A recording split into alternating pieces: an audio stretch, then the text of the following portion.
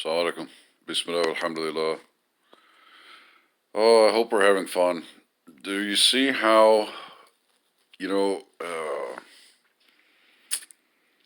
a huge subject, you get into a huge subject when you're talking about something that is at the foundations of society, okay? It's like an upside down pyramid. It's just a few basic facts at the core of an economic system, and then society and the way it operates and our institutions and our mental health and the environment and blah blah, blah, and it's all built, you see, just upward, upward, upward, upward, upward. uh, Now, I am going to get into some new material. This is fresh material, but we're still talking about, my initial statement. Okay, Islam does not approve of capitalism. Okay, I've told people for years that if you want, a legitimate jihad, you join the people who are trying to end capitalism. Okay, because it is destroying us. Okay, and Islam does not permit that. Okay, and part of this, I'm showing just the foundations of how capitalism works, how it began. It began with a massive theft. Uh, it's propped up, it's perpetuated by continued exploitation, theft, destruction, bailouts. Okay, it's really every fact that you look at, it's not only useless, it's atrocious. Okay, we don't need it, and that's a part of the mythology also, that we need capitalism. You know, we don't. Okay, the only people who need capitalism, quote unquote, don't actually need it. The millionaires and billionaires, they want capitalism because they continue building their riches, uh, you know, at the expense of the planet and all the people on it. We do not need capitalism. And I'll get into that. I'm going to get into modern monetary theory that shows that we don't need these investors as middlemen. We don't need investment like Wall Street. We don't need it. I'm going to show how we don't need it and how we would actually build our own enterprises. Okay? Capitalist profit, okay? In Islam, again, I'm just looking at the earliest examples of trade. The example, say, of Rasulullah SAW borrowing uh, wealth, a bit of cash from his wife Khadija radiallahu anha, okay, going out, buying camels, taking the camels to Damascus, selling them, making a bit of a profit, okay, maybe picking up other things and coming back and selling them in Mecca, Medina, etc., okay? Profit in an enterprise like that, because you're in a competitive market, okay? Capitalism is not a competitive market, okay? It's a monopolized market. But in a competitive market, you go into the market and you're not the only one there with camels. There are three other people, 5, 10, okay? And that forces you to cut your price, your selling price, really ultimately just to a level where you and your partner, your investing partner, if they're an investing partner, are really just making a living, okay? You're really not producing excess wealth. And all through Islam, excess wealth, okay, is never an objective, okay? But in capitalism, okay, those transactions are entirely different. Again, look at the difference in what we talk about market. But here I'm talking about the difference in profit, okay? Most capitalists are not directly involved in the transaction, okay? Uh, so they're trying to squeeze a living out of somebody else's work, and I've talked about that, all right? So they can't go down to a competitive level where the people actually involved are just getting what they need. No, they have to take a percentage off the top. And that's just to, continue. But it makes them a leisure class where they are honestly doing nothing. Okay? But then also at the production level, if you look, this is factual stuff. This isn't theory. Look at the news in, recent years, and this is something always going on. Problems with coffee bean producers in Africa and South America. Because you have these huge corporations, okay, like Starbucks, the major coffee retailers, okay, going into Africa, South America, etc., their local, honestly, just farmers market, and having so much market power that they squeeze it so low that the actual producers, the actual farmers, are literally not even making a living, okay? And their only way to protect themselves literally would be all of the coffee farmers having a union and setting, their minimum price.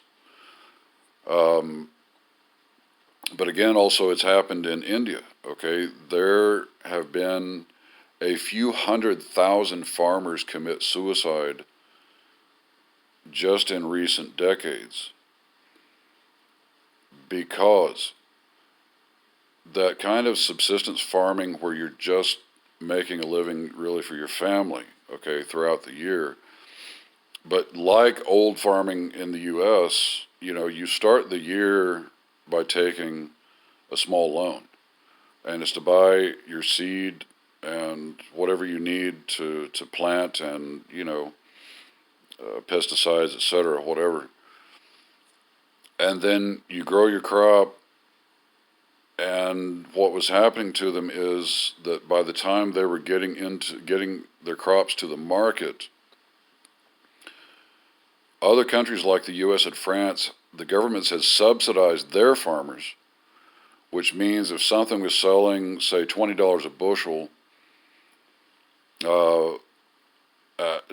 to make a living, but U.S. farmers, French farmers, etc., only needed to sell it at 18 or 15 because the governments were paying the extra $2 or $5. So what does that mean?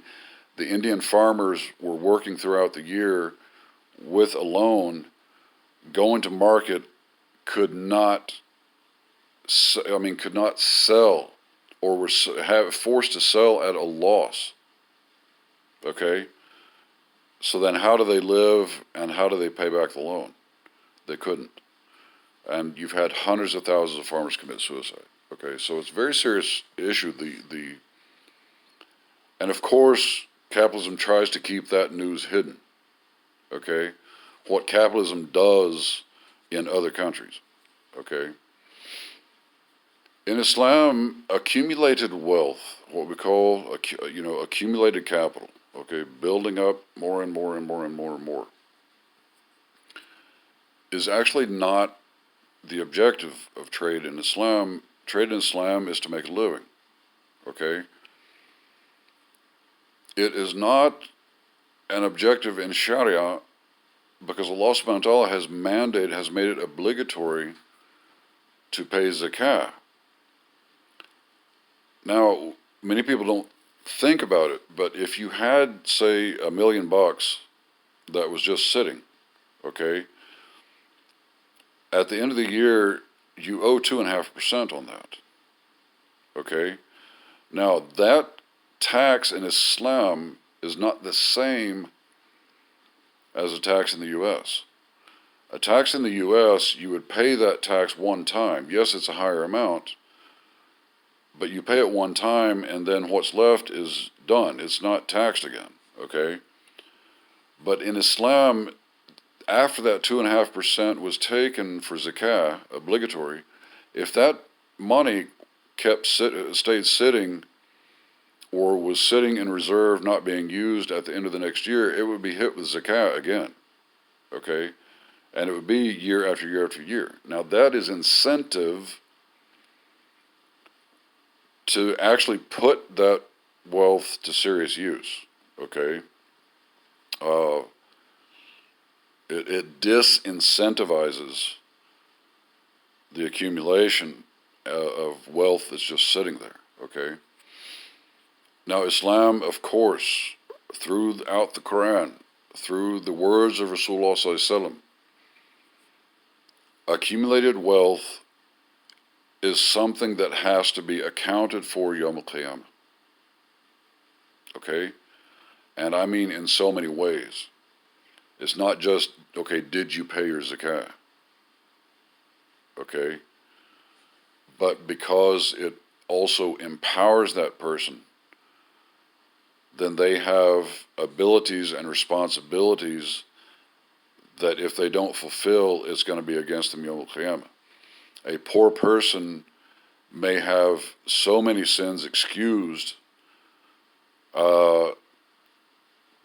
because they just didn't have the same mobility, the same power in their life, okay?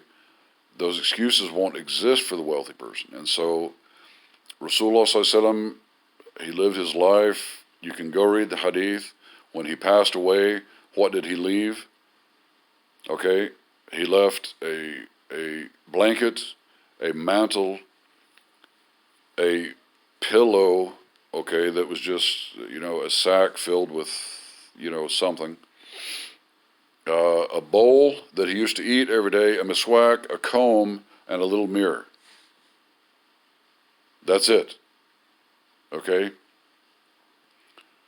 Abu Bakr radiallahu anhu became the Khalifa after him. He lived and died exactly the same. And so did Umar ibn Khattab. Okay? And in fact, then the Sahaba, most of them were like that. They didn't want a dinar, a coin, sitting in their house overnight. Okay? There's a beautiful example that you can go look up. I wish everybody would, okay, is the beautiful personality of Imam an-Nawawi. Rahmatullah alayhi. He was actually in the Shafi'i school, okay, so he is, after Imam al-Shafi'i himself, Imam an-Nawawi is the top authority in the Shafi'i school, okay, and he lived 750 years ago in Syria. Now, he began serious Islamic studies as a child, okay, and became a Hafiz al-Hadith, which means minimum 100,000 hadith memorized, okay. He became a teacher, a mufti and a teacher in his late teens, okay. He has written and compiled and checked, and you can't count the books, okay? But he lived his life with such simplicity. I mean, he only ate one meal a day because that's what the university provided, okay? And when he passed away, he literally, he had nothing, okay? They said that he had a thobe, and the thobe, it had one button, okay? He wouldn't spend on an extra button, okay? That's how serious the pious people have been at avoiding excess, okay? And I swear that some of the imams considered anything beyond, food for one person for one day, they considered that as anything beyond that as unnecessary. Okay. So anyway, it's really, you have to understand, Allah subhanahu wa ta'ala says, Inna sa'yakum lashatta. This is a very serious verse. That the thing that you strive for, that you seek to earn, okay, are broadly separated, okay, diverse.